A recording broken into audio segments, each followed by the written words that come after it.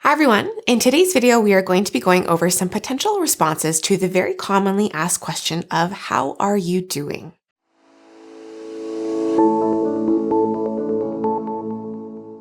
Hi, and welcome back to the Living Well with Schizophrenia channel. My name's Lauren, and I make videos about what it's like to live with schizoaffective disorder or schizophrenia. And if you would like to see more videos like this one, make sure to subscribe to our channel. And also, if you would like to help support the creation of future videos like this one, make sure to check out the link to our Patreon page. It's in the description below. One thing that we recently started offering to our patrons is a private Discord server where people have the opportunity to connect about anything related to schizophrenia, mental health, or really anything based around the peer support model of chatting online with their peers about it. And so this is something that may interest you or may be of use to you. So make sure to check out the link in the description below if that is something that interests you. All right, so diving into the conversation around how to respond to the question of how are you doing? This is something that comes up a lot within, interactions within our socialization circles. And there's different variations of, what kind of interaction can be intended. So it is something that, your grocery clerk will ask you when you go up to the till at the grocery store, how are you doing? And we're just so accustomed to just responding politely with, oh, doing good, doing okay, doing fine. How are you? Doing okay, doing good, doing fine. But, there are other circumstances where a friend or a family member or a loved one or someone like that is asking you how you're doing, and they're really wanting to know how you're doing, but we're just so habituated to responding with this easy, quick, doing good, doing fine, doing okay, that a little bit of connection is lost there. I understand that there's multiple reasons why we just go to this habituated response of the quick and easy doing good. It could be, just because that is our trained response to that question, or it could be something a little bit deeper where, you don't want to inconvenience your loved one in any way, or you don't want to burden them with how you're actually doing, or you maybe feel like they don't actually want to know how you're doing. And so there is a bit to navigate there. Ultimately, though, this quick habituated response of doing good does not serve us, and it does not serve growing our relationships in a meaningful way. So how should you respond to the question of how are you doing? So like I said before, there is a bit of context involved. Like your grocery clerk may not be the, appropriate place or person to, release all your woes and what's on your mind to, just because, there's maybe not necessarily enough time or it's not the most appropriate place. And this does not mean that your grocery clerk doesn't care about you or your response to that question. It's just maybe not the most appropriate place to delve into all of that in a vulnerable and intimate way. Whereas, again, if a loved one is asking you how you're doing and, you have a bit of time to connect and converse and whatnot about it, there's definitely room to give a more honest and genuine response, which will ultimately improve connection, hopefully. Now, this is something that definitely requires a degree of vulnerability, which requires practice as well. It's like I said, we're all habituated to the simple, oh, I'm doing good, doing okay, how are you? But I think diving into vulnerability a little bit more and really taking a moment to think about how you're doing and sharing that with the person who's asking can really go a long way. I often am a little disappointed in my interactions when I am checking in with a friend or a loved one or whatnot, and I ask them how they're doing. And I really do want to know, I'm either worried about them or they've been on my mind, or I really want to know how they're doing. And they respond with doing okay or doing good. How are you? And it feels like the connection has been broken in terms of, reaching that person on an intimate level. And so I think what has been helpful in terms of getting people to share more with me when I really am wanting to know what they are feeling is to share myself how I'm doing and then asking them again. And usually, if you practice vulnerability, it opens the door for other people to practice vulnerability as well. So what are some useful tools for practicing this vulnerability and giving a more meaningful answer than just the doing good? So one thing that you might want to start off with for people who you interact regularly with is a number scale. And this can be really helpful if you're not really used to being vulnerable or sharing in a descriptive way how you're feeling, because it provides just a fairly quick and easy way to let your loved one know where you're at on a 10-point scale, with 1 being, I'm really, really struggling, and 10 being, oh, I'm doing really, really great. And so you can kind of give a quick and easy answer to how you're doing along this spectrum to a loved one.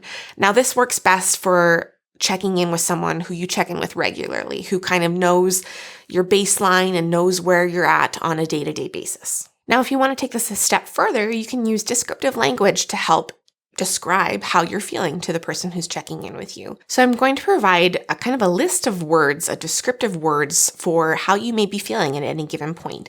And this list is not going to be exhaustive. There are going to be other things that you may be feeling, but hopefully it will help to kind of, jog your brain in terms of thinking about how to describe or how to identify first what you're feeling, and then how to describe it to someone else. And, one of the benefits of describing how you're feeling to someone else is that if you verbalize how you're feeling to someone, it may help yourself to identify what may help in terms of employing coping strategies, or it just may help you to better understand yourself and how you're feeling in that moment. So before I dive into this list of descriptive terms for how you may be feeling, I do want to mention a few things first.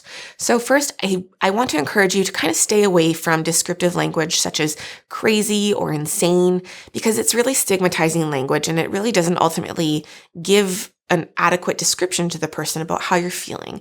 You may have labeled it as, I just feel crazy right now, or I just feel insane, but communicating that to someone doesn't really help in letting them understand, what it is that is making you feel that way, or what it is that you're feeling. And it's ultimately just more stigmatizing to mental health in general. Another thing that people commonly experience when they're trying to, connect and describe how they're feeling to other people is just the inability to articulate what they're feeling. And this is actually a medical term called alexithymia. And this is basically just when a person is unable to, identify within themselves what they're feeling and communicate that in a meaningful way. And so if you are experiencing this, you're not alone. There are a lot of other people who experience this. I have experienced this. I experience this quite regularly, actually, believe it or not. It is very hard for me to identify and articulate what I'm feeling. But, through practicing and through practicing vulnerability and communicating with others, you can get better at it. All right, so diving into the list of potential, descriptive terms that you can use to describe how you're feeling, you could be feeling foggy or slow or scattered. And these are kind of good descriptors for, how you might be feeling in terms of your mental state and how you may be feeling in terms of not really being able to focus or to effectively communicate. And these may be helpful descriptors for that. You may be feeling uncertain or doubtful. You may be feeling tense, anxious, or impatient or worried. These are kind of some more anxious descriptive terms. You may be feeling low or depressed, or you may be feeling really happy and elevated in terms of describing mood. Another kind of descriptor for mood or how you might be feeling along that spectrum is feelings of emptiness or feelings of being alone. You may be feeling overwhelmed or restlessness, like unable to sit still. So this is a really common one for people who are on antipsychotic medication or just psychiatric medication. This feeling is actually called akathisia, and it's when you just have an inner restlessness that is just very uncomfortable, and it almost feels like you want to just kind of jump out of your body, but you can't, obviously.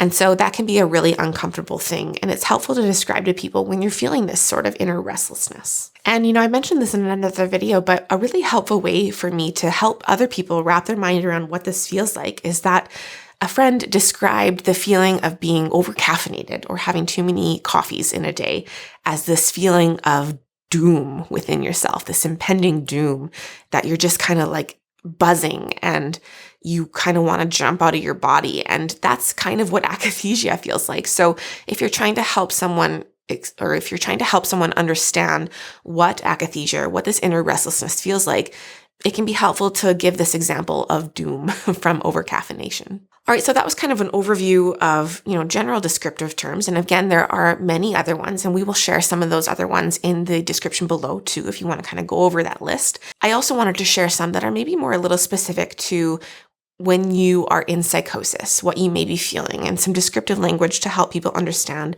that as well. So you may be feeling obsessive about certain thoughts or whatnot, or compelled to do things. And those are descriptive terms for how you might be feeling. You may be feeling scared or terrified or frightened by what's going on. You may have this sense of paranoia or feeling that something bad is going to happen, which is also helpful to describe to other people. You may have a general mistrust in people or in systems around you. Another one kind of around this mistrust is maybe that you're feeling controlled by an external source or an external person, or maybe you are feeling like you are exerting control over other things. And so that's kind of helpful to describe to people as well. You may be feeling ashamed or embarrassed, which is definitely a helpful thing to convey to people so that they can build, more empathy for how you're feeling and maybe have a better idea of how to interact with you.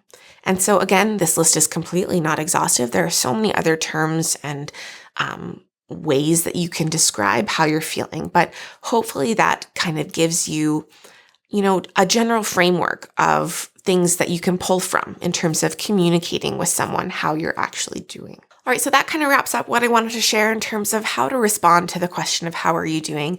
And now I've kind of mentioned that this is very useful for when loved ones are asking you how you're doing, but it can be also very, very helpful in terms of communicating with your care team, your doctors, your therapist, in terms of, picking descriptive language to adequately describe how you're doing. So I would love to hear from you as well. If you have any other terms or expressions or whatnot that you use to communicate how you're doing with your loved ones, I would love to hear what those are in the comments below if you're comfortable with sharing. It may help other people to see what you've used and to maybe pull from that for them as well. So thank you so much again for watching. Again, if you want to see more videos from us, make sure to subscribe to our channel. And also, if you would like to help support the creation of future videos like this one, please check out our Patreon page. Thank you so much for watching. And as always, wishing you and your loved ones good health. See you in the next video. Bye.